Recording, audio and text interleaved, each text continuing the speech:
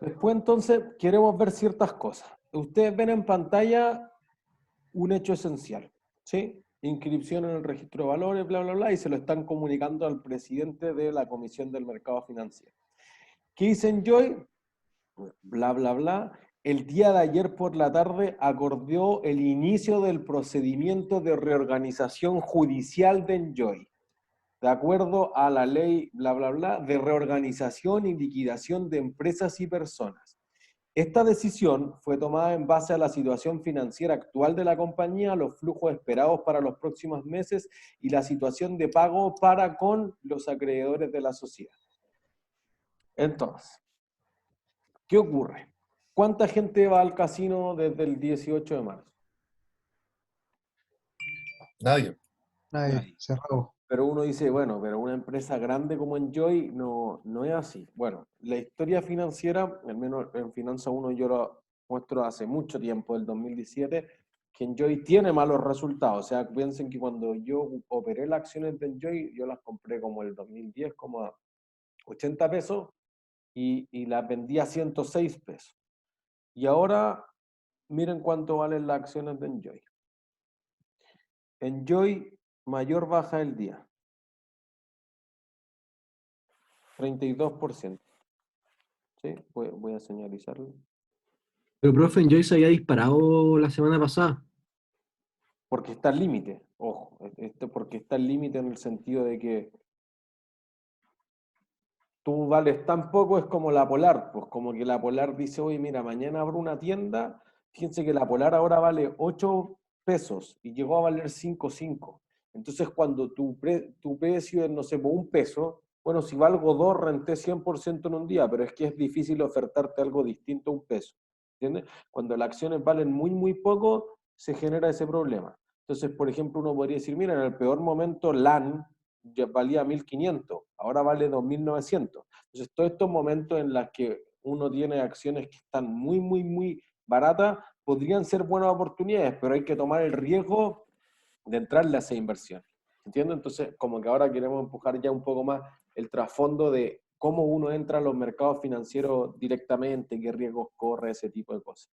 ¿Entiendes? Entonces uno dice, mira, veamos cómo se comportó el precio de Enjoy. Yo estoy en la página de BTG actual, ¿sí? Pero si alguien va a mercadoenlinea.cl, exactamente lo mismo. Entonces, fíjense, Enjoy. Pincha Enjoy. Ahí sí. Entonces voy a poner una semana. La acción de Enjoy había estado muy mal, bajó a 5 pesos. Y hoy día cuando se acogió el convenio judicial y apareció, sube. Entiendo, se había recuperado, pero miren, si le ponemos 5 años, la acción de Enjoy no ve ni una. ¿Sí? Imagínense, yo voy a poner desde... Voy a poner los últimos 12 años de Enjoy.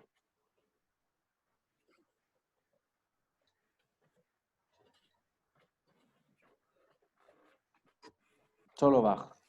Su mejor momento valía 135, fíjense. Yo la compré como por acá, como por 80 y tantos pesos, y la vendí por acá, en 106. Y esto fue un momento en que Enjoy fue a operar un casino Uruguay, Conrad Uruguay. Y entonces en Punta del Este todo decía, no, este negocio, aparte hizo un joint venture con una empresa norteamericana, Caesars. Y Caesars Entertainment dijo, no, mira, este es un gigante de la industria, listo, es súper buen negocio. Y años después, Caesars ejerció una opción de venderle su parte del negocio en $300 millones a Enjoy. Y ahí es donde quedó la embarrada. Porque en el fondo, esa opción, ¿por qué yo te vendo un negocio? ¿Te vendería un negocio que es una joyita? ¿Alguien quiere soltar las joyas de la corona? No. No. Entonces te vendo un negocio porque es bueno o porque es malo. Porque es malo. Porque es malo. Pues si es bueno, compro el negocio. ¿Se entiende? Entonces ahí lo que uno produce esencialmente es que dice, ya, pues, si Caesars le vende su parte en $300 millones, como había un contrato de por medio, está obligada a adquirirlo por esa cantidad. Pero si para el que vende es bueno, porque el negocio es malo, ¿cómo será para el que compra? Peor. y entonces como Joy no tenía la caja, los 300 millones de dólares, tuvo que salir a vender un bono, y un bono de la peor calidad posible, un bono que está en la calidad de bono chatarra, que hoy en día esto es B-, cuando uno ya cae a C es la peor categoría posible. Piensen que uno tiene AAA, AA, A, triple B, W, B, menos, dice que de los B tú eres el más asqueroso posible, después ya viene C y ya después es default, deja de pagar. Que en el fondo es lo que acaba de decir hoy día, mira, nos estamos acogiendo a esta idea del reemprendimiento que tiene la superintendencia, que ya no es quebrar, pero vamos a tener que renegociar todas nuestras deudas porque en las actuales condiciones no podemos pagar. ¿Se entiende? Entonces, ahí lo que ocurre es que la empresa podría tener perfectamente que el bono se transaba hoy día en la mañana, que es un instrumento harto más seguro. Piensen que los pasivos tienen prioridad de pago frente a las acciones. 105% del valor par. Avisa esto y el bono cae en picada libre hasta 80% del valor par. O sea, si en la mañana valía 105 el bono, insisto, en la hora vale 80 los pasivos. Y entonces, obviamente, la acción se tiene un piquero más grande, porque si ellos están más atrás todavía y no le puedo pagar ni a los pasivos, es bien difícil que le pueda pagar a los accionistas. ¿Sí? Ese tipo de cosas no se vieron venir. Entonces, hoy día puede ser que esté bajando harto, por ejemplo, LATAM Airlines. Pero fíjense lo que ha pasado el último mes con LATAM. ¿Entienden? Al principio bajó mucho, miren, le voy a poner 3 meses para ver su peor momento. 1.500, 18 de marzo. Y ahora, 3.000. O sea, alguien puede haber comprado ahí y ya ganó 100% en un mes, lo que es brutal. Es mejor de lo que ha hecho LAN, porque piensen que LAN, cuando se fusionó, valía 11.000 pesos la acción.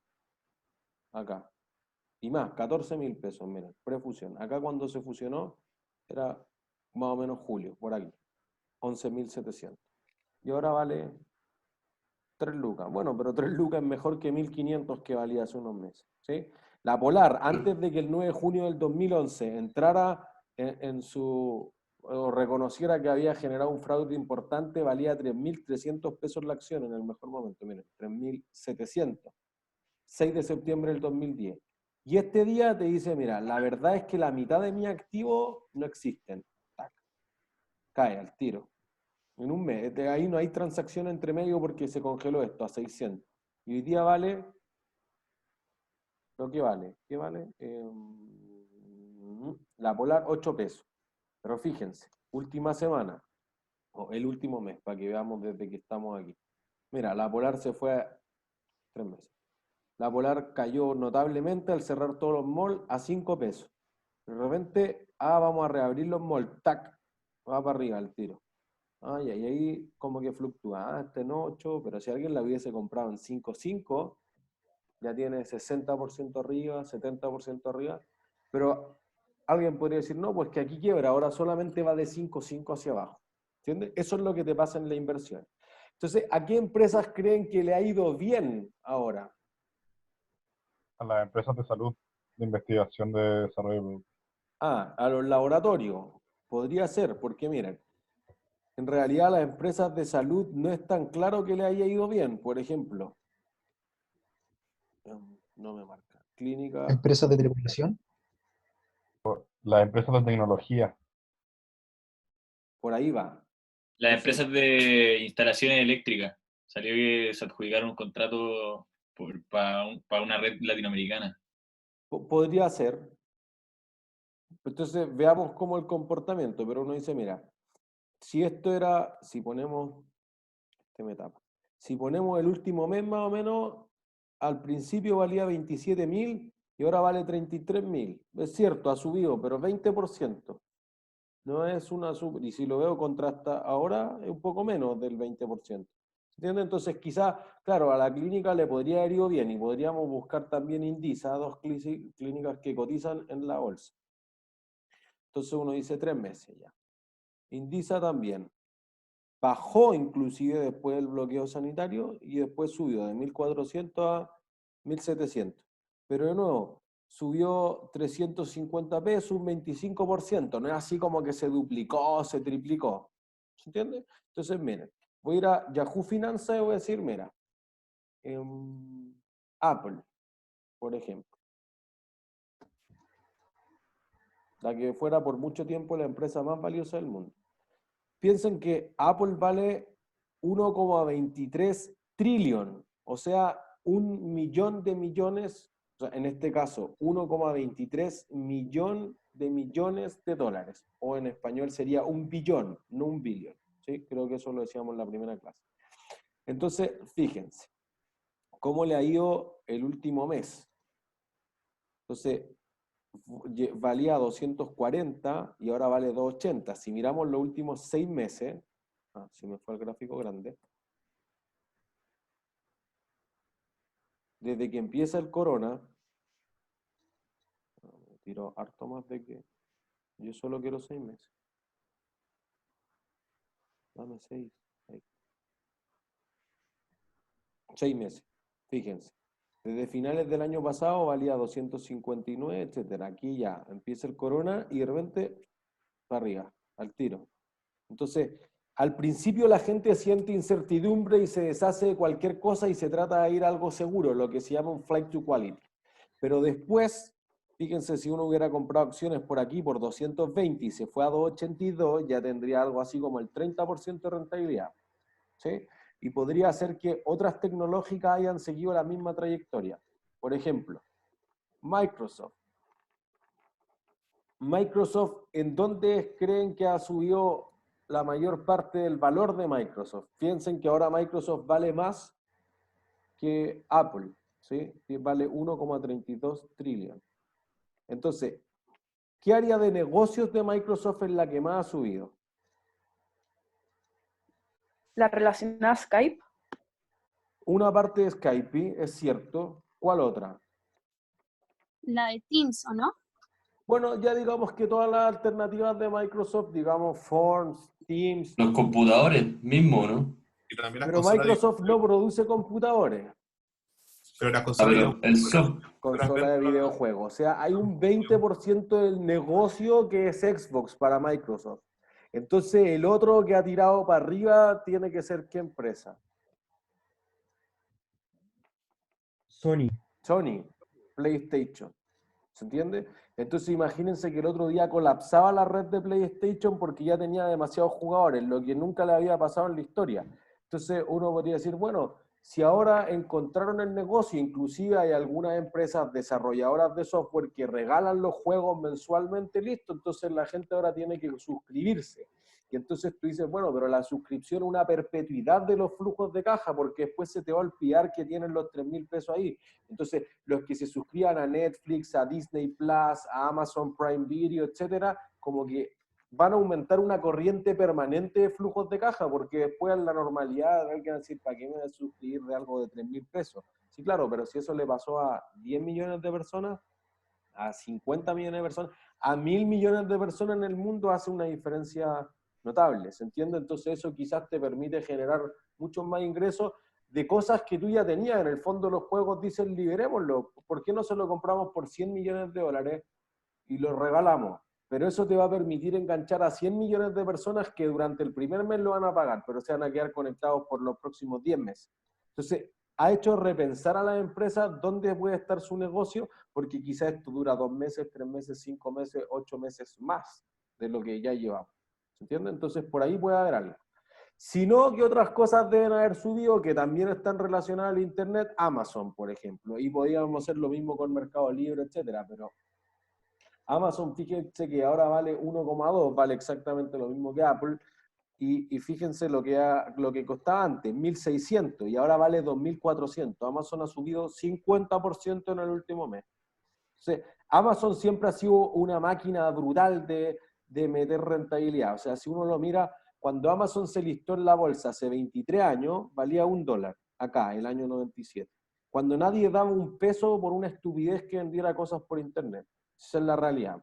Pero cuando entró a la bolsa, tenía patrimonio negativo, puras pérdidas, entonces alguien quien invirtiera en Amazon era un loco.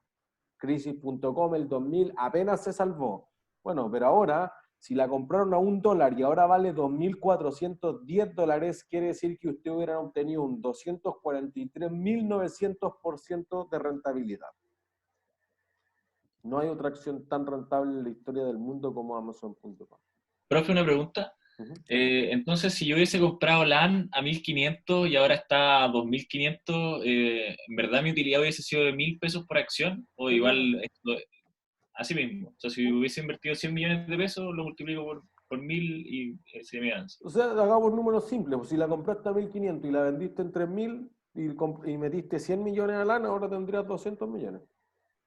O cero, ojo. Porque ahora uno dice, ah, claro, debía haber hecho eso. Sí, pues ¿quién quería comprar a 1.500? Sí, cuando valía 1.500 fue antes de que plantearan que los empleados se iban a bajar el sueldo a la mitad. Entonces nosotros lo dijimos en clase. Bancos de inversión muy grandes, HSBC o JP Morgan, le daban 4 meses de vida al año. 6 si se lograban bajar los sueldos. Entonces, ahora la gente cree, claro, pero si esto dura un año, igual muere.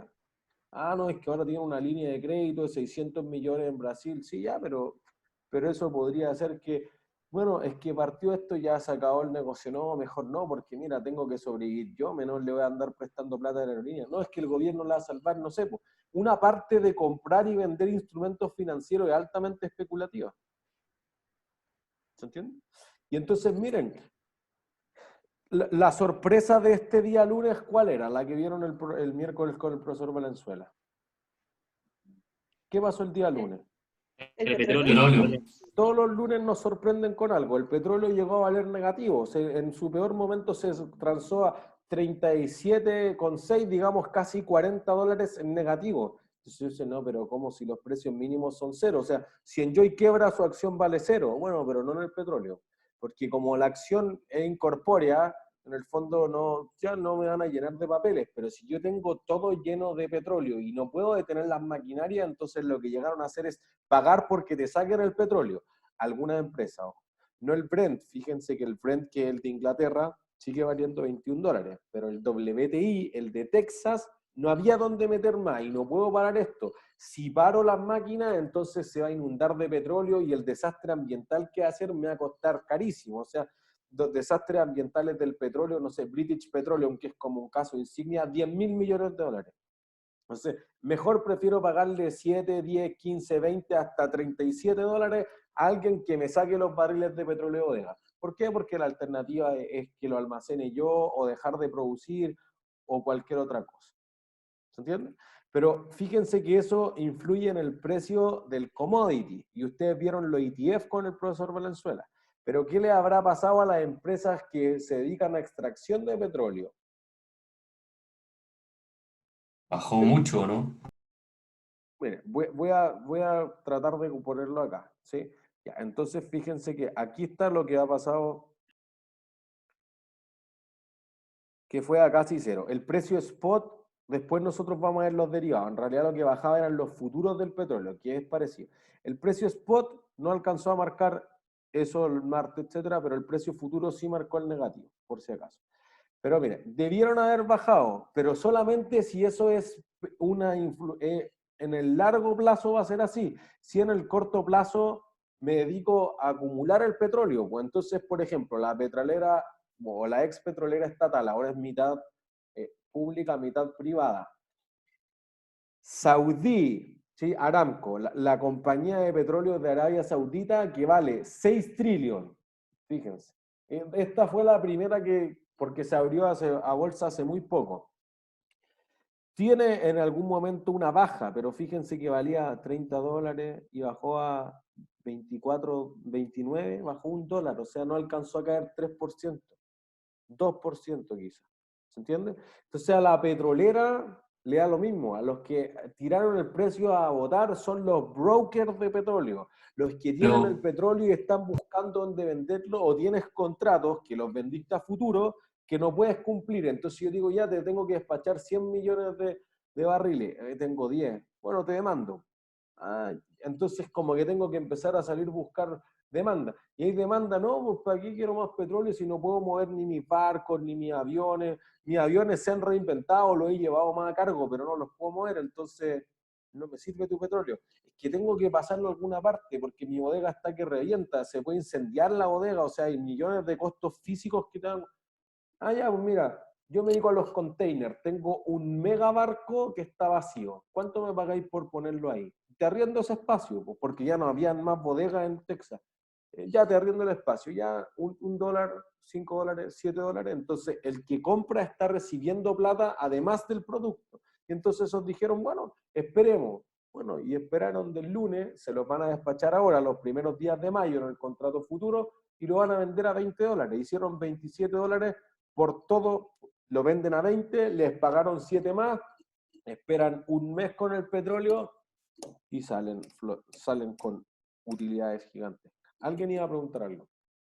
Yo, es que puede ser porque acá el de Saudi, o sea, el de Saudi Arabia, Ajá, Arabia Saudita. Arabia Saudita, según tengo entendido, ellos, como que para ellos el costo de producir petróleo es mucho más bajo que, Mucho por más. ejemplo, en Texas. Ajá. Y a ellos los contratos, no sé cómo habrán reaccionado los contratos futuros de Arabia Saudita, pero al final a ellos no les impactó mucho porque a ellos nunca llegaron a tener un valor negativo. No, pues no todos, por eso, miren, voy a poner el WTI en, en pantalla y lo voy a comparar, no voy a ir a la pantalla completa, lo voy a comparar con el Brent, que es este es un commodity, entonces ustedes podrían decir, mira, yo vendo el cobre, lo vendo en el NYMEX, en el New York Stock, no Stock Exchange, en Mercantile Exchange, o sea, la bolsa mercantil de Nueva York, que queda en Nueva York, pero no sé, a 100 cuadras de la bolsa de valores, de acciones y de bonos, o la puedo vender en Chicago, y la puedo vender en Chicago en la CBOE, que vende la opción de comprarlo a futuro, o la puedo vender en el spot, o la puedo vender en la London Metal Exchange. Entonces, lo que más hago ahí son contratos derivados, o sea, ¿quiero el petróleo ahora? No, lo quiero en invierno. Entonces véndemelo a 2 meses ya. ¿A qué precio? A $21. Listo. Pero es un contrato que en el futuro me va a entregar. Y normalmente tú dices, oye, yo tengo el petróleo acá, lo va a venir a buscar. No. Deposítame la diferencia por compensación. Y yo lo compro acá cerca de mi casa. Lo estoy simplificando, pero así funciona. Entonces, un NDF, un Non-Delivery Forward, y entonces tú te compensas la diferencia y yo compro acá y nos ahorramos los costos de transporte entre los dos.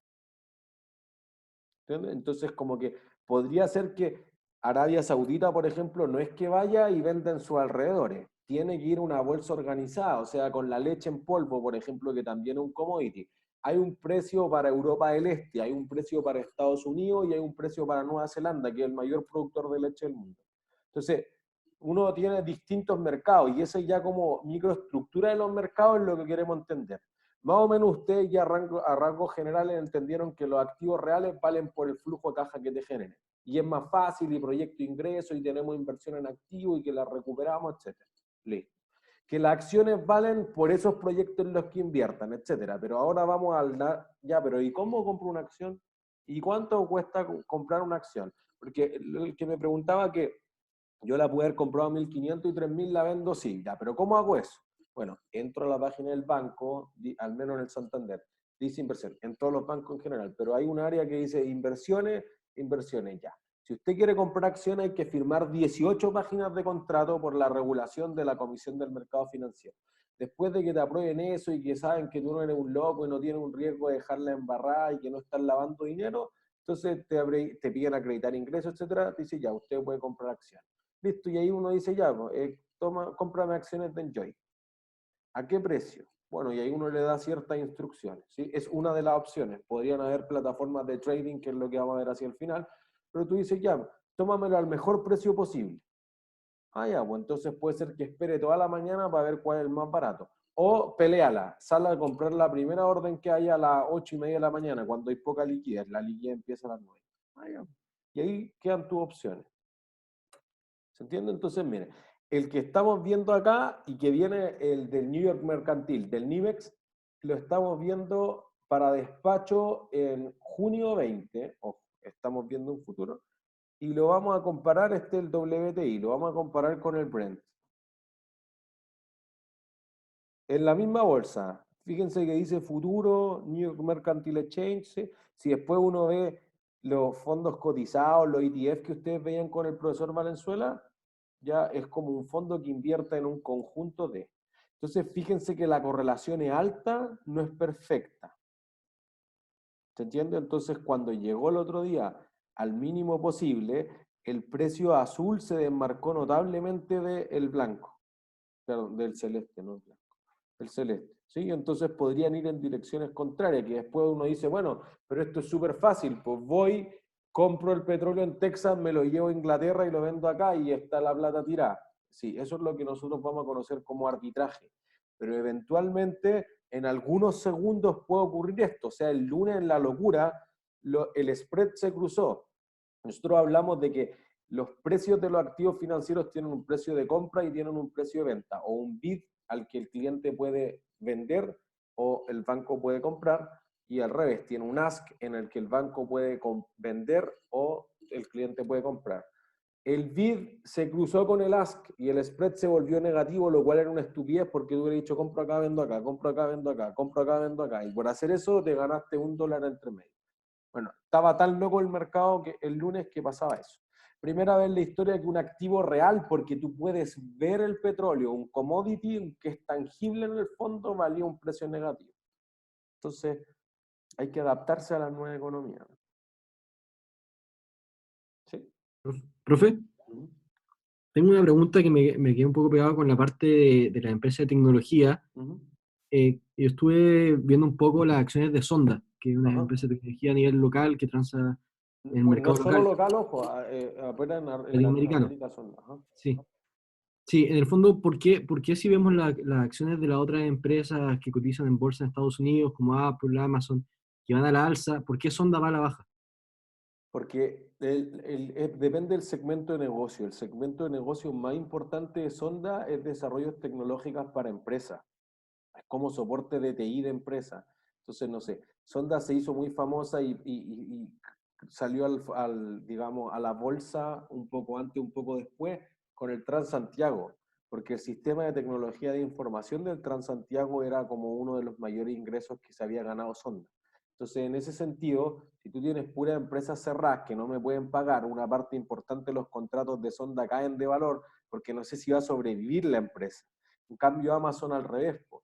La mayor parte de su ingreso, bueno, proviene ahora, o está invirtiendo mucha plata en Prime Video, pero esencialmente proviene de la compra de Internet y entonces ahora el flujo de comprar por Internet, Mercado Libre, Rappi, Uber Eats, etcétera, es el triple. Entonces, obvio que tú tienes un aumento que a ti te significa nada, porque en el fondo el margen de todo el precio prácticamente es margen para Amazon, margen de contribución, porque él dice, mira, tú véndele a él, listo, chao, yo me gano la comisión de la diferencia. Si tú no le entregaste el producto, etcétera, eso no me va ni me viene. Por eso que Mercado Libre y Amazon tienen esta política de devuelvo la plata si usted reclama y ni siquiera le pregunto, no le digo que me envíe el producto de vuelta, chao, porque Amazon dice, oye, el servicio malo.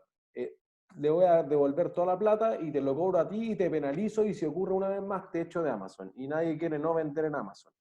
¿Entiendes? Y esas políticas lo ha hecho ir por encima de eBay y de otras plataformas similares que en Estados Unidos podrían ser muy atractivas. AliExpress, digamos, Alibaba, etc.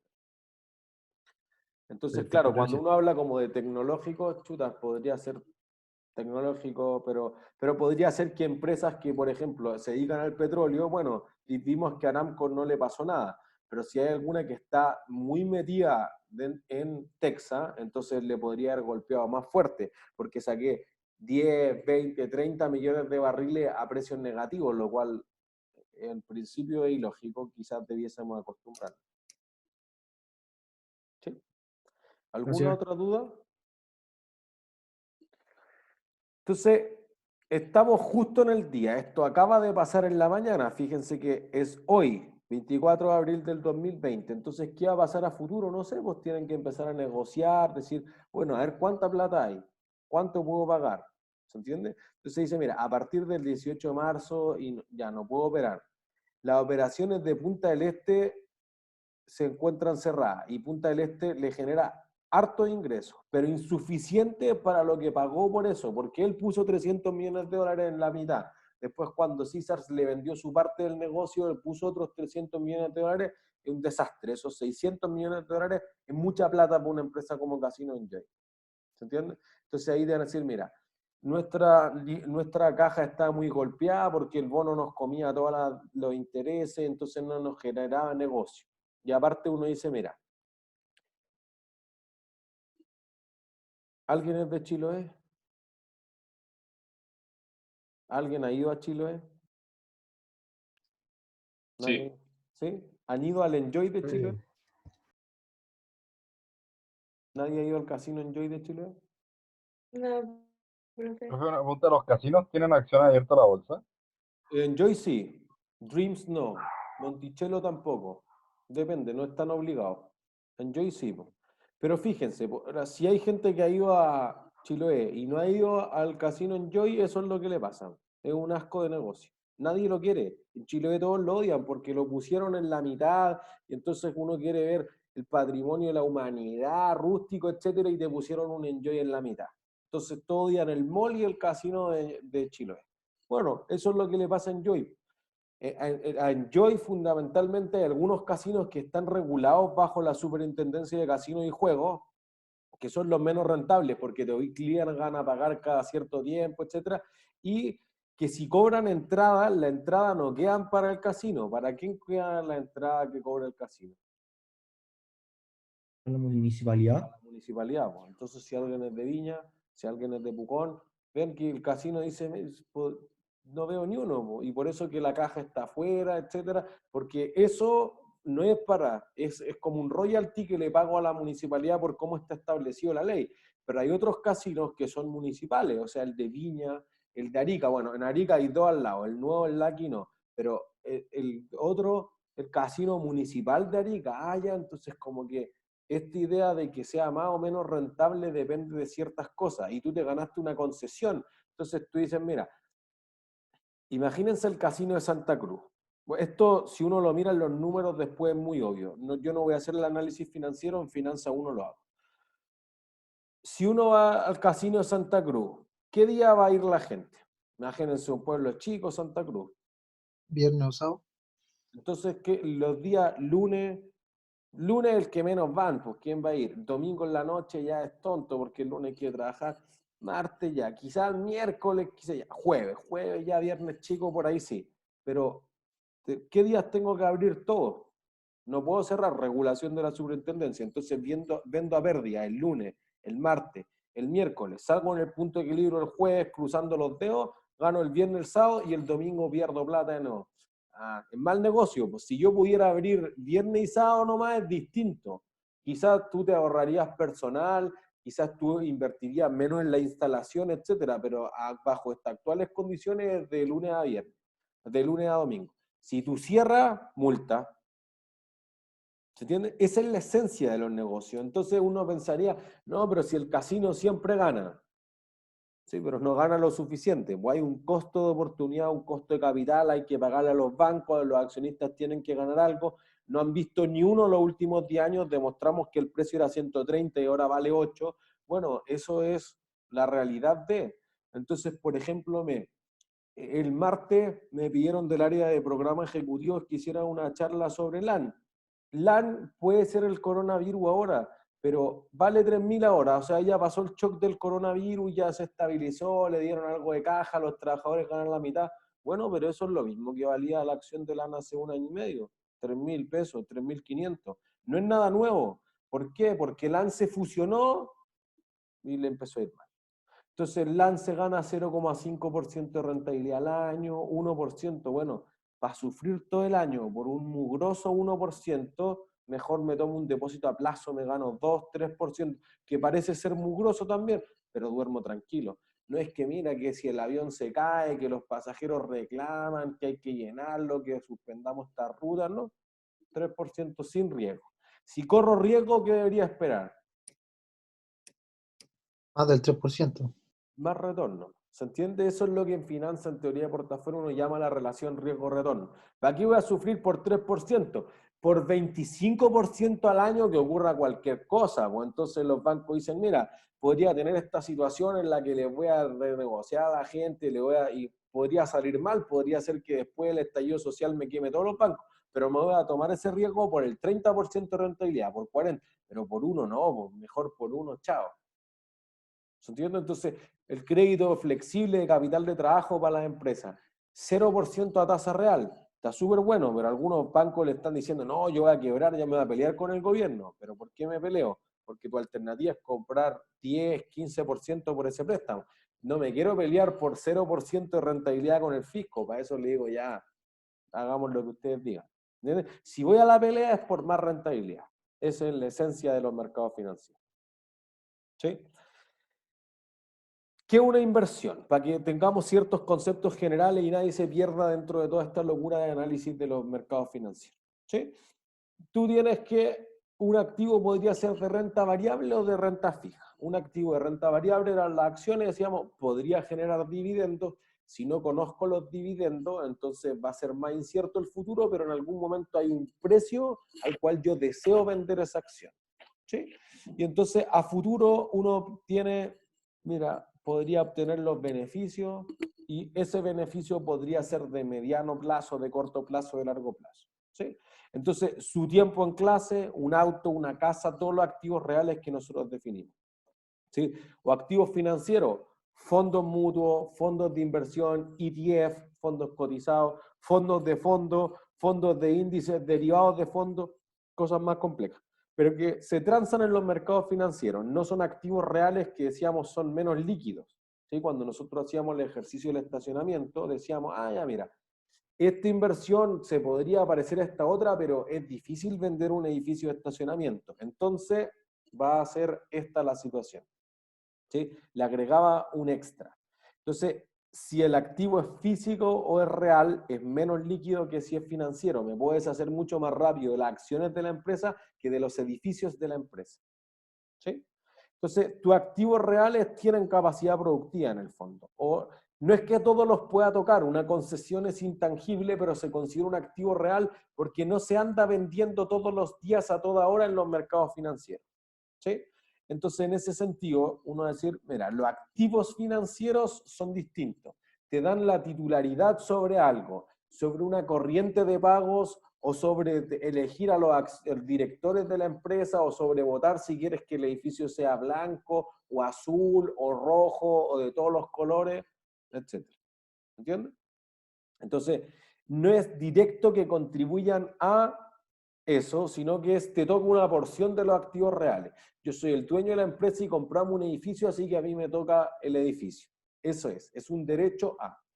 ¿Entiendes? Y por eso que corren distintos riesgos, porque los acreedores, los pasivos, tienen un derecho que es preferente sobre lo que te generen las máquinas, los autos, etc. Los accionistas tienen un derecho que es excedente sobre esos flujos de caja. ¿Sí? Entonces, nosotros nos vamos a enfocar en los activos financieros. ¿Sí? Pero siempre recuerden que la acción de Enjoy no vale nada, ¿por qué?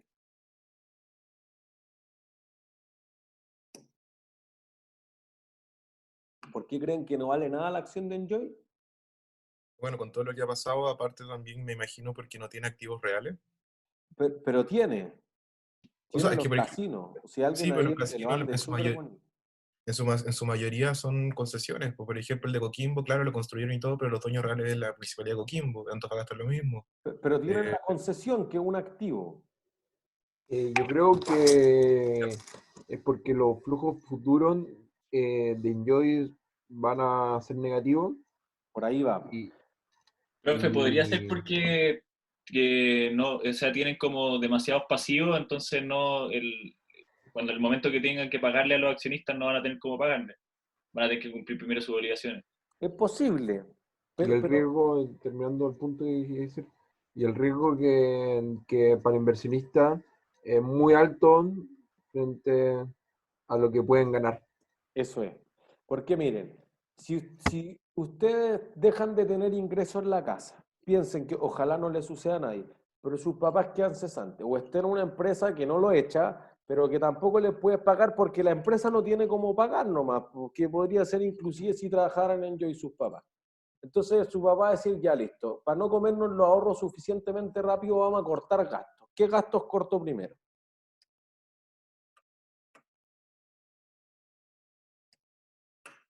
Todo lo que sea de entretenimiento. Listo. O sea, ya nadie más va al casino. Se acabó Netflix, se acabó Spotify, se corta esto. ¿Cuáles son los últimos gastos que voy a cortar? Los básicos. Servicios básicos. Por eso que esas son acciones defensivas, son poco riesgosas. Si yo tengo las acciones de Aguandina, si yo tengo las acciones de Enel, son acciones que uno dice, esto es lo esencial para vivir, pues. Entonces, ya entre medio queda el supermercado, porque en el fondo digo, ya, pues, si quedé cesante, quizás en vez de ir al Jumbo, ¿a dónde voy a ir? Al líder. Al líder, pues. Y si el líder es muy caro, ¿a dónde voy a ir? La feria. A la feria. O al mayorista 10, o al central mayorista y así sucesivamente. Entonces, lo que uno va a decir es, mira, podría tener perfectamente que esas acciones se van volviendo menos riesgosas porque tienen una demanda más inelástica. Si es más riesgosa, si es lo primero que tú cortarías, entonces el TV cable se acabó. Ya el internet, si no, también se corta todo nomás hasta quedarnos con lo básico, con comida, con agua, con luz. Ya, ahí está. Entonces, esas acciones son menos riesgosas, pero porque dependen de algo. Y el activo real vale porque te genera flujos. Entonces, contabilidad 2 o 1, depende en qué curso lo hayan visto. Pero tú dices, mira, el casino puede ir 0 personas, y entonces si puede ir 0 personas te genera 0 flujo. ¿Cuánto es el valor presente de puros flujos de 0? 0. 0, pues entonces el valor en uso del activo es 0. Ah, no, pero es que podría vender la infraestructura. Sí, pues, pero ¿quién va a querer comprarte una infraestructura que no puede ir nadie? Vale 0. Entonces el activo, aunque sea tangible, tiene un deterioro que es 0. Si es que, mira, tú me estás vendiendo cemento y vidrio, no me estás vendiendo un casino, porque nadie va a tu casino. No sirve así. ¿Se entiende? Entonces tú me estás vendiendo los materiales. Toda la mano de obra, todo el prestigio, todo eso se va por el piso. Tu marca no existe. Yo te compro eso y le pongo Monticello. Chao. Así que Enjoy como marca vale 0. ¿Se entiende? Profe, yo tengo una pregunta. O sea, que usted lo que dijo que la razón de por cuál estas acciones valdrían 0 es porque al tener una demanda muy elástica, Sí. la gente no terminaría existiendo, ¿no? Por eso que la tasa de descuento, el costo de capital es más alto. Claro, pero el tema es que yo no sé si es tan elástica como dice, porque una de las cosas que se da del casino es la ludopatía. ¿Sí? Y la ludopatía de mucha gente casista es un vicio, lo que lo te convierte en una demanda inelástica. Ah, pero no Por ende, no todos sería uno de los van bienes. al casino. O sea, por eso Pero que el hay que porcentaje revisar la mínimo de regulación. ludópata. Claro, o sea, digamos que una parte de las personas es ludópata, pero depende mucho de la regulación, porque los casinos están obligados en los que son regulados, por eso dije que habían unos regulados y no regulados, a tener una lista de los ludópatas para prohibirle entrar. De hecho, ellos tienen un manual, la Superintendencia de Juegos, que dice que si en realidad la persona tiene un problema de gambling, de apostar, entonces debería sugerirle no seguir apostando, como que el casino no se puede aprovechar de eso. ¿Se entiende? Entonces, Sí, sí, gracias. eso sería normalmente, pero pensemos que ahora en la contingencia es porque no tiene nada. Pero igual no quiere decir que es como que las empresas dicen ahora, oh, no, es que a mí el coronavirus me mató. Bueno, para Enjoy y para la TAM tu virus viene desde antes. No es de ahora, no. ¿Se entiende?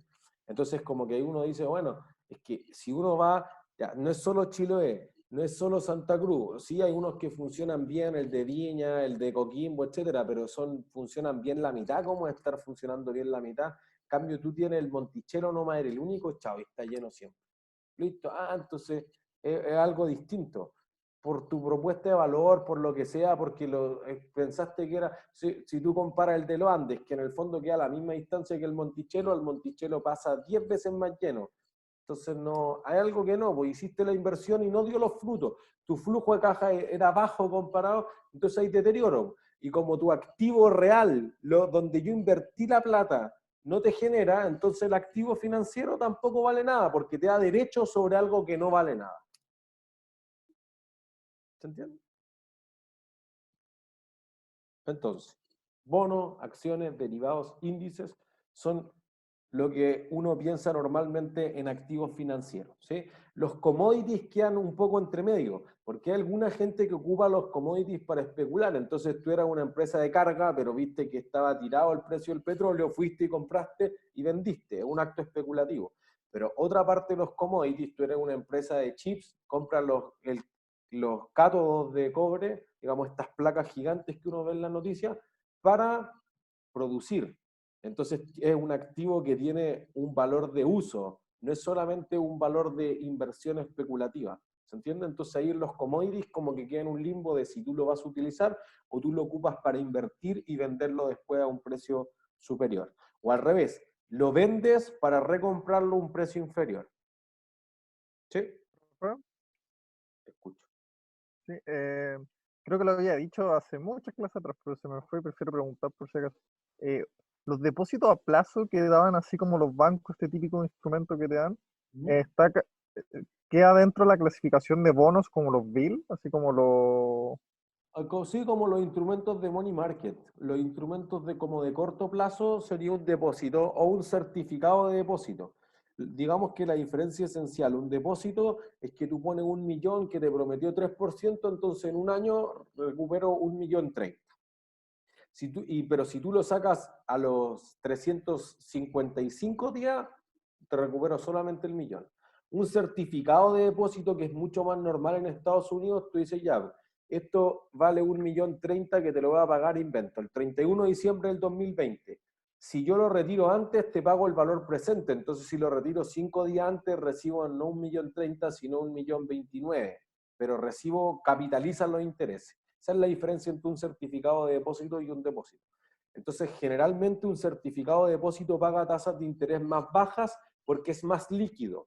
Al revés, el depósito a plazo paga tasas de interés más altas porque es ilíquido. Lo compro ahora y estoy obligado a aguantarlo hasta el vencimiento o perder todo. En cambio, en el certificado de depósito lo compro ahora y lo podría vender mañana e igual gané los intereses de un día. Y esos depósitos a plazo también están en el... Por ejemplo, si la plataforma Bloomberg también hay depósito a plazo chileno, No, pues o que eso es... ahí tendría que hacerlo directamente con el banco. O sea, si ustedes tienen cuenta corriente, van a la parte del banco y en inversiones te dice depósito a plazo, fondos mutuos, acciones. Es lo que típicamente te ofrece. Para comprar bonos es más complejo. Otras plataformas tienen commodities, derivados, etcétera, que es lo que vamos a ver hacia el final del semestre. ¿Sí? Entonces, la diferencia de una acción esencial es que por último tú dices, mira, este bono o este préstamo o este leasing, por ejemplo, dos instrumentos de renta fija, me prometió pagar 100, 100, 100, 1.100. Si en una me paga 80, yo demando, que es lo que acaba de hacer ahora, ya, y entonces empiezo a vender el refrigerador, el comedor, el edificio, todo, y me pago. Entonces, a menos que yo sea tan tonto que nunca me di cuenta que el activo no valía nada, entonces como que me coma todo el patrimonio de los accionistas y además no me quede, que podría pasar, pero en un caso bien extremo, en el fondo estoy seguro. Es fijo que vaya a rentar lo que me prometió, porque o lo vendo todos los activos para recuperar la plata, o el dueño de la empresa opera el activo para generar flujos de caja suficientes y pagarme los 100, 100, 100, 1.100 que prometió. Las acciones no son así, porque dice, mira, yo prometí 100, 100, 100, pero si la utilidad es de 80, yo tengo que poner 20 para poder pagar los intereses, pero si es de 150, me sobra todo lo que esté por encima de los 100, entonces tengo 50 extra, pero después la utilidad bajó a 20, pago los mismos 100, pero ahora a mí me quedan 20, y después tengo 190 y gano 90, entonces tu utilidad es variable. ¿Se entiende? Flota, si quieren, con cómo le vaya a la empresa. ¿Se entiende? Entonces, ¿cuánto podría pagarte? No sé. Apple ganó 80.000 millones de dólares el año 2016, el récord de la historia del mundo, y podría ganar 160.000 y lo que sea, y no tiene ni un problema. ¿Se entiende? Entonces, no tiene un límite superior. Entonces, ¿qué puedo hacer si soy accionista, sociedad anónima? Primero, votar en la junta accionista, a menos que sea una acción sin derecho a voto, que es más complejo. ¿Sí? Y en eso, ¿qué hago? Mira, escojo las grandes decisiones de finanzas. Invertir, cómo financiarse y cómo distribuir los dividendos. ¿Sí? Para eso, podría elegir a directores que me representen a mí en el directorio. ¿Sí? Tengo derecho a recibir dividendos. Son como el control que te da y el derecho a recibir los dividendos proporcionalmente, la propiedad de la empresa. ¿Sí? Tú sales a vender esas acciones la primera vez en lo que se llama el Initial Public Offer, la IPO o la OPI. ¿Sí? Entonces, la primera vez que sales es lo que uno conoce como el mercado primario. ¿Por qué? Porque tú vas y compras acciones, por ejemplo, La última oferta de pública de acciones fue la de Cencosud Shopping Center. Yo fui y le compré a Cencosud que me vendía las acciones de los malls. Tú lo otro que podrías hacer es decir, mira, yo tengo las acciones de Cencosud Shopping Center y se las vendo a ustedes, pero yo no soy el dueño. ¿Se entiende? Yo no las recibo de parte de la empresa. Eso es lo que se llama el mercado secundario. Cuando tú los vendes en el mercado primario, los recibes desde el emisor del activo hasta tus manos. Después pasa de la FPA a la compañía de seguro, al fondo mutuo, viene para mí, va a un family office, la compra un hedge fund, y el mercado secundario es cuando ya no vienen de la empresa no recibe un peso por esas transacciones, sino que es entre los accionistas o potenciales accionistas. ¿Sí? Profesor, ¿le puedo hacer una pregunta? Vicente. Que cuando se hace esta oferta de pública de acciones, ¿esta representa el 100% de la empresa? Y lo pregunto, por ejemplo, en el caso de que alguien quisiera comprar la empresa o hacerse con el control de la empresa. Eso, o sea, ¿eso hacen? ¿Es el 100%? No, no es el 100%, pero tú eres dueño. Imagínate que lo que pasa aquí es que tú tienes un negocio estable que logra demostrar flujo, ya, te falta capital y entonces te quedaron chicos todos los socios que ya tenías, dices, ya abramos a la bolsa. Entonces ahí tú dices cuánto quieres vender de tu empresa. Podrías no querer venderla completa.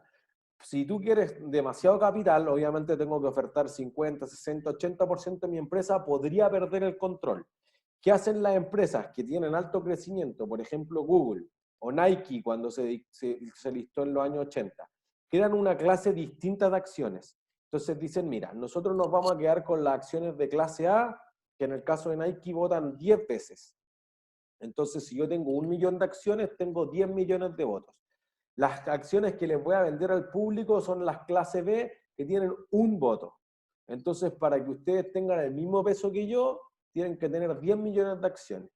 Igual todos recibimos los mismos dividendos proporcionales, pero yo tengo más control que usted. Y eso podría ser bueno para la empresa, porque si te mete la cuchara a alguien que no tiene idea del negocio, si no cacha, ¿no?, va a matar el negocio. Eso le pasó a Apple. Por eso que las empresas tecnológicas aprendieron después de Apple. Entonces, por ejemplo, Google tiene las acciones de serie A que retienen los fundadores, ¿sí? Larry Page y Sergey Brin, si no me equivoco. Tiene la clase B, que vota menos todavía, y tiene la clase C, que no vota. Pongan plata, pero no les voy a hacer caso en nada de lo que digan. Y aún así se vende la acción de clase C. Entonces, las empresas podrían optar por darle estos distintos beneficios o derechos a voto sin que eso genere un problema significativo para la compañía. Ya, perfecto, gracias. Entonces, normalmente tú no quieres soltar el control. Lo que sí podría pasar es que después se inicie una oferta pública de acciones, que en ese caso, si tú no quieres perder el control, sea lo que se llama una OPA hostil, oferta pública de acciones, ¿sí? Eso es una OPA. Lo que acaba de pasar con la Clínica Las Condes el año pasado. Tú eres un accionista que tiene el 10%, pero no te gusta cómo lo están haciendo. Entonces, pero el otro tiene el 30%. Bueno, lo que tengo que hacer para tomar el control de la compañía es quitarle sus acciones.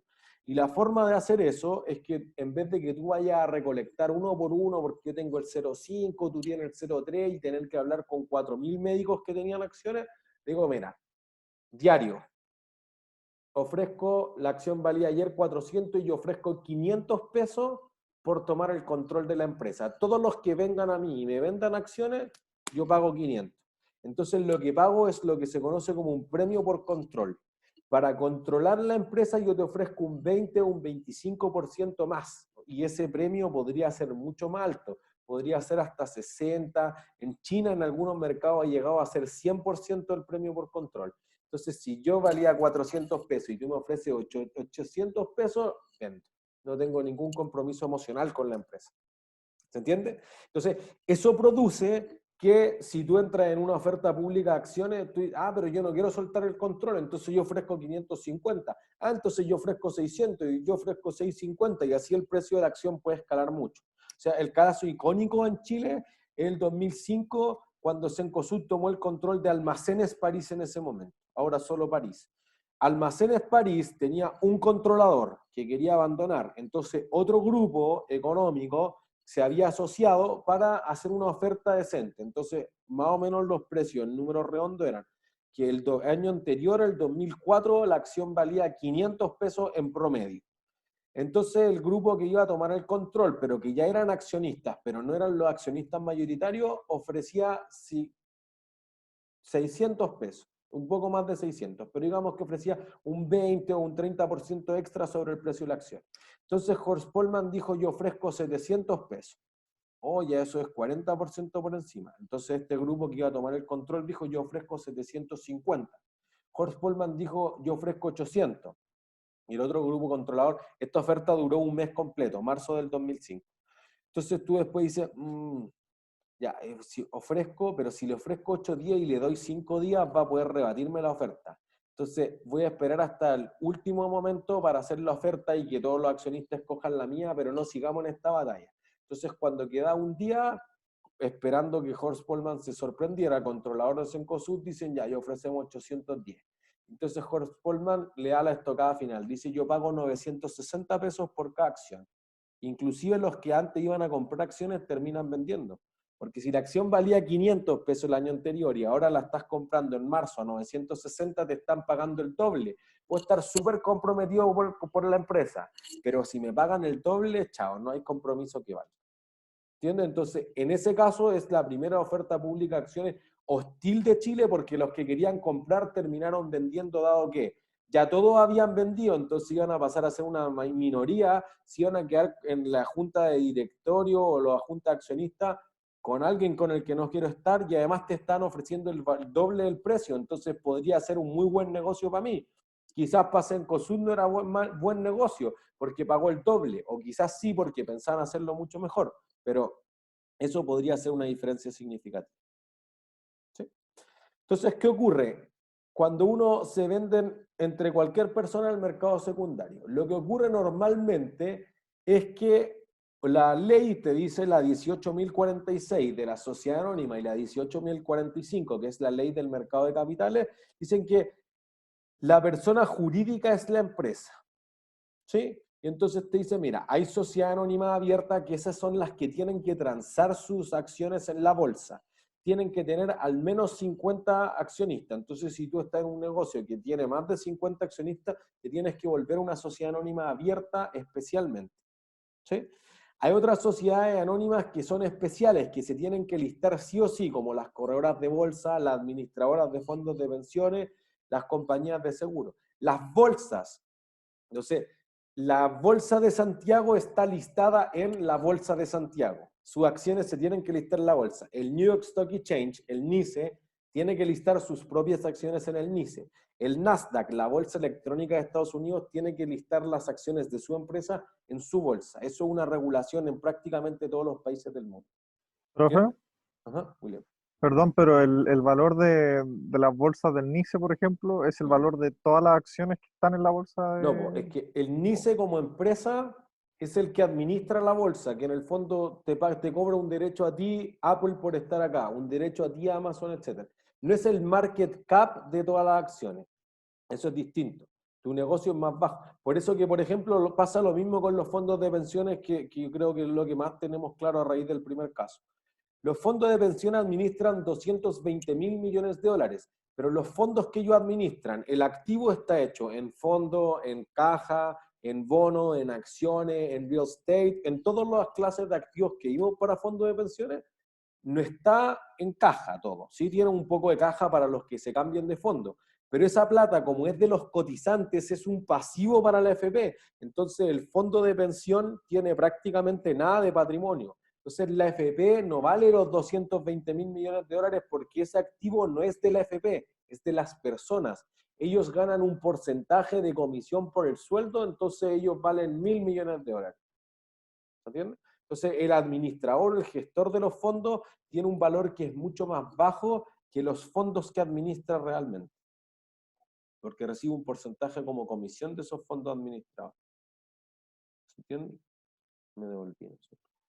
Y las bolsas entonces funcionan como cualquier empresa con ánimo de lucro. Si tienen negocio, cobran comisiones por cada empresa que entra a la bolsa y sería.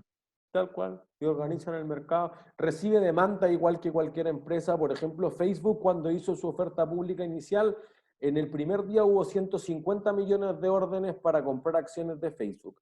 Y lo que pasa es que como hay esta efervescencia, porque dijiste, oh, no sabía que Cencosud se abría la bolsa, qué buena, o Mallplaza hace 2 años, voy a ir a comprar acciones, entonces todos quedan así. Y además que la oferta pública inicial se estructura con un libro de órdenes, entonces tú dices, mira, como no te estoy ofreciendo todas las acciones que quiero, vamos a vender 100 millones de dólares en acciones.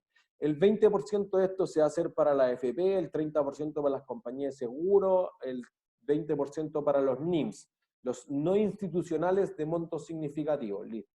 Un 15% para el retail, que somos nosotros, las personas naturales conocidas en inversiones de esa forma. Entonces, tú dijiste, no, pues yo quería el 100% de las acciones de Mallplaza, quería tomar el control, pero solo me vendieron el 15% y yo soy uno más dentro de 100.000 personas. Entonces, en realidad me tocó el 1%. Para conseguir toda la acción el primer día salgo y digo, yo quiero comprarlas todas al doble de lo que pagaron. Todos me venden. Entonces, lo que pasa es que la gente que recibió menos de lo que demandó, por la estructuración de la oferta pública inicial, el primer día sale a comprar mucho. Entonces, lo que ocurre es que en las primeras jornadas de cotización, cuando las empresas se abren a la bolsa, hay algo que se llama el efecto IPO. Y entonces, eso es que las acciones suben muchísimo el primer día. Pero Facebook es de las pocas en la historia que bajó. ¿Y por qué bajó? Porque el Nasdaq, la bolsa electrónica de Estados Unidos, fue incapaz de procesar tantas órdenes. Ahora cada vez están más preparados para hacer lo que se llama High Frequency Trading.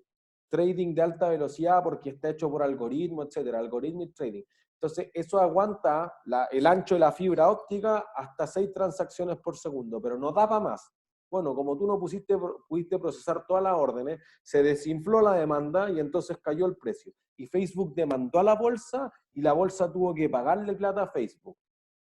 Entonces funciona como una empresa común y corriente. ¿Sí? Tu acción, si no, podría ser de una sociedad anónima cerrada. Y la sociedad anónima cerrada fundamentalmente tiene que tener un directorio, preparar estados financieros, etcétera, pero sus acciones no se transan en la bolsa, pero podría emitir bonos, por ejemplo. ¿Se entiende? Entonces, Unimark, SMU, antes de que se abriera la bolsa, muchas compañías estatales, algunas mineras, las cajas de compensación, por ejemplo, Lipigas, antes de abrirse a bolsa, ¿sí? Entonces podrían ser sociedades anónimas, pero que son cerradas. Codelco, por lo demás, pues un emisor público de valores, pero es 100% el Estado. Pero por el tamaño de su inversión necesita bonos, porque no puede andar diciéndole a un banco, préstame 500 millones de dólares, no le da al banco en el fondo. ¿Sí?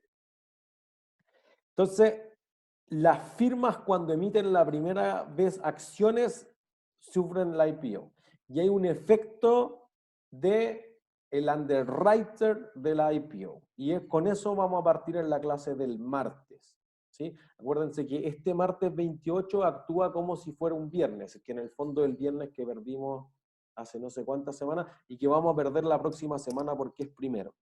¿Sí? Entonces vamos a quedar ahí en el efecto IPO, que vamos a explicar por qué se da el underpricing y qué incentivos tiene el banco que te ayuda a vender la acción, el underwriter, y con eso partimos el martes a las 4 o 5.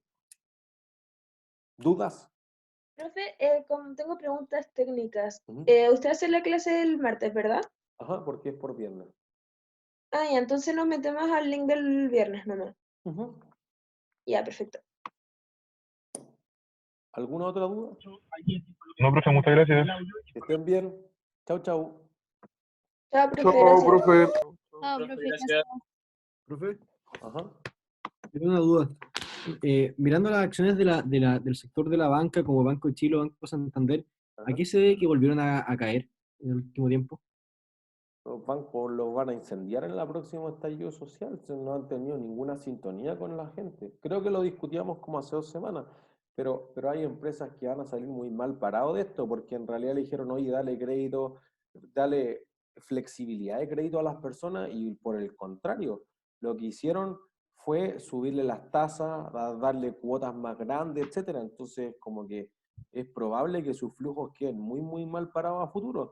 Y además, ahora el gobierno te obliga a darle un crédito de tasa real cero, que yo dudo que sea como la banca dice que ellos pierden plata, pero quizás tienen que perder plata porque en realidad han ganado los últimos 15, 20, 30 años desde que los rescataron en los años 80, entonces como cualquier empresa responsable en el mundo debe devolver algo a la sociedad y los bancos tienen, si es que no muy poca, cero responsabilidad social empresarial.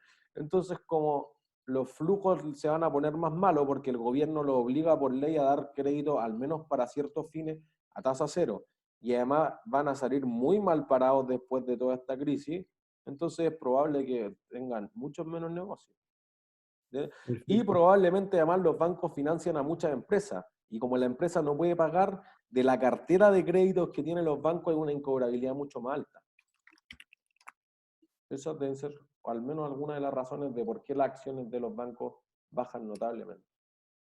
Profe, ¿Sí? yo tengo una duda corta que si la bolsa entonces está listada, la bolsa tiene utilidad y todo, ¿es un buen indicador, por ejemplo, del crecimiento del mercado de valores de un país, el valor de la bolsa de ese país? Por ejemplo, si yo quiero saber... ¿De la empresa que administra la bolsa o...? Sí, eso, de la empresa que administra la bolsa. No, Porque no a dice nada. mayor...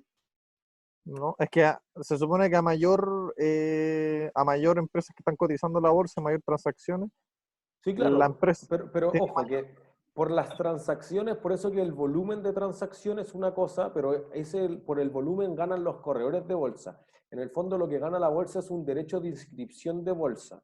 Entonces, si se listan, ya tú me pagas como una mensualidad, es como una membresía de la bolsa. Pero tú podrías hacer, por ejemplo, el Craig House, el colegio. Oye, está enlistado, pero a nadie le importa. El Grange mucho tiempo estuvo listado y a nadie le importa, pues estacionamiento de Agustina, a nadie le importa. Entonces, estoy listado y te pago eso, pero si se transa mucho o poco, el cobro más o menos lo mismo. En cambio, los corredores de bolsa sí, cada vez que compran y venden, compran y venden, compran y venden, van ganando comisiones. Entonces ahí sí, si aumenta el volumen de negociación, ganan más plata. En el caso de las bolsas no es tan proporcional que ocurra eso. Entonces, además que en general, por ejemplo, en la Bolsa de Santiago es partner del Nasdaq, pero el mayor accionista de la Bolsa de Santiago en realidad es la Bolsa de Sao Paulo, el Bovespa. ¿Sí?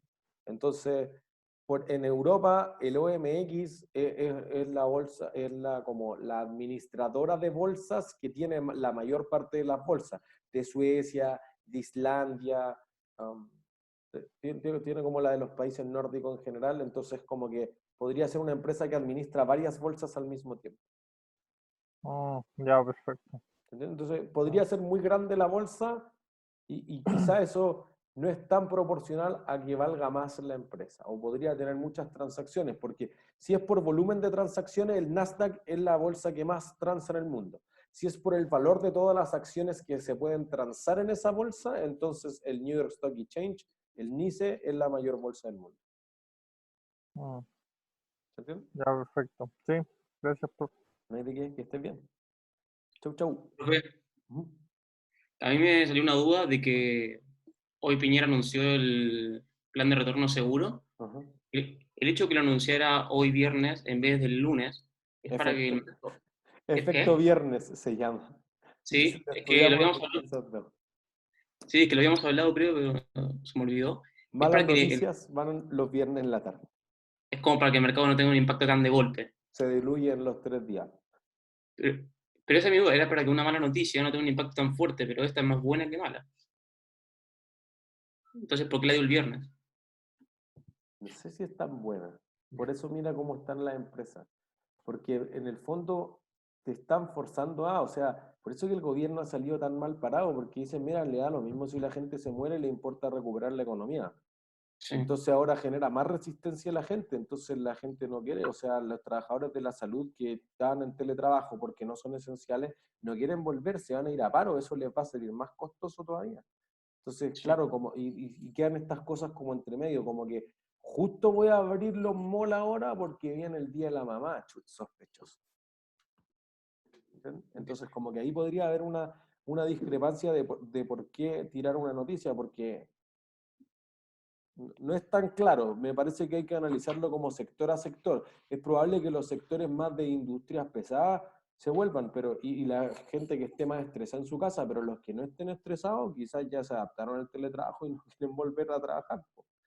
Entonces ahí hay que hacer como un análisis como punto a punto. También, ojo, no es que todas las noticias malas se tiren después de las 5 de la tarde que la bolsa está cerrada, porque si no el hecho esencial de Enjoy no debió salir a las 9 de la mañana, debió salir ahora a las 6 de la tarde.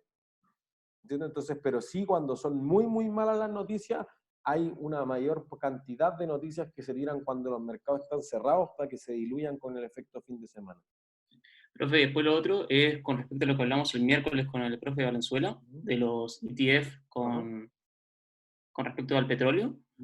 Es que vi y está el uso, que eso lo entendí muy bien, pero después encontré otro que es el UCO, que tiene como otro leverage. Entonces ese vi que es ultra riesgoso, porque tiene un beta como de 4,5, pero no entendí muy bien cómo funciona. Porque decía que el rango de precio en 52 semanas iba de $500 a 12, que está ahora, 16. ¿Cuál es el ticker del ETF? UCO. UCO.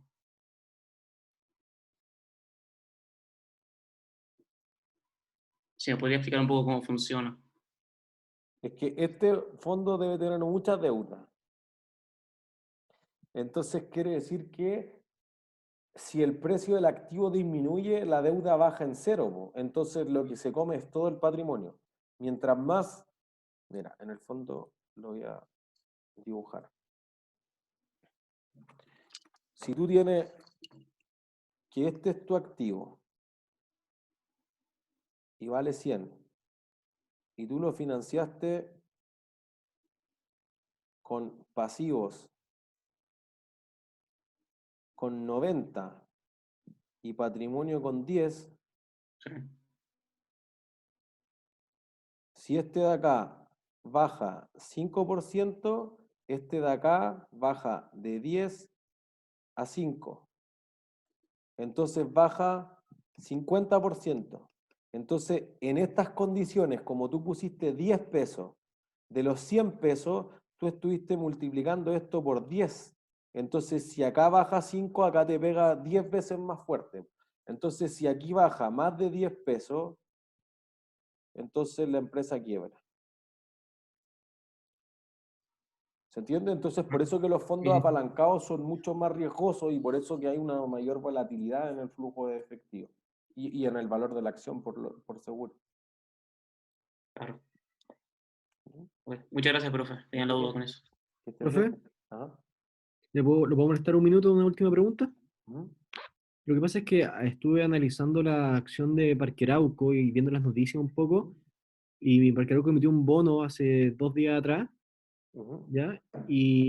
Pero la acción sigue subiendo, y además que me metí a Yahoo a ver el gráfico, y cuando le pongo el Max, es una acción que yo encuentro que se comporta como similar a las acciones de Apple que usted ha mostrado, o esa índole. Quería saber un poco por qué un poco sucede eso, y bueno, estoy viendo hartas acciones del mercado, y esta es la única que logro ver que tiene esa como correlación tan positiva dentro del tiempo. O sea, mira, primero, Parque Arauco es cierto, una máquina de hacer negocio. Parque Arauco, por ejemplo, si uno lo mira en términos contables, genera un cap rate, que es lo que se ocupa en proyecto inmobiliario, que es la tasa de capitalización, que en términos simples como los ingresos que cobro sobre la inversión que realicé, que genera el 11%. En cambio, su competidor más cercano, que es Mallplaza, saca algo así como el 9%. Entonces uno dice, chuta, aquí hay 2%, ya, pues que tu margen sí es 2%, entonces yo lo hago 100% mejor que tú. ¿Entiendes? Entonces, ahí tengo uno de los factores que Parque Arauco es muy exitoso en ese sentido. Ahora, si lo miro los últimos 5 años, yo digo, mira, hace 5 años valía los mismos 1.300 que vale ahora. Se recupera, etcétera, pero no es tan así. Sí, en términos de la credibilidad financiera que tiene Parque Arauco es la empresa, superó a Agua Andina, la empresa que ha tenido el bono que paga la menor tasa posible, que no sea un banco que tiene tasas muy bajas o que sea una empresa estatal, como Codelco o el Metro. Entonces, en el fondo, eso te dice que el mercado lo que cree es que Parque Arauco es la empresa más segura de Chile, que no sea, insisto, banco o empresa estatal. Y eso pasa en general con las empresas de real estate porque son muy apetecidas, que tengan bienes inmobiliarios.